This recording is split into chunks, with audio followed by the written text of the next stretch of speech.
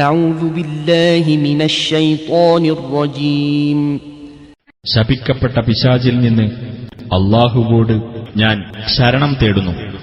ألا إن لله من في السماوات ومن في الأرض وما يتبع الذين يدعون من دون الله شركاء إن يتبعون إلا الظن وإن هم إلا يخرصون.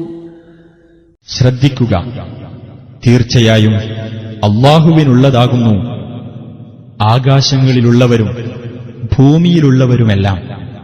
അല്ലാഹുവിന് പുറമെ പങ്കാളികളെ വിളിച്ചു പ്രാർത്ഥിക്കുന്നവർ എന്തൊന്നിനെയാണ് പിൻപറ്റുന്നത്?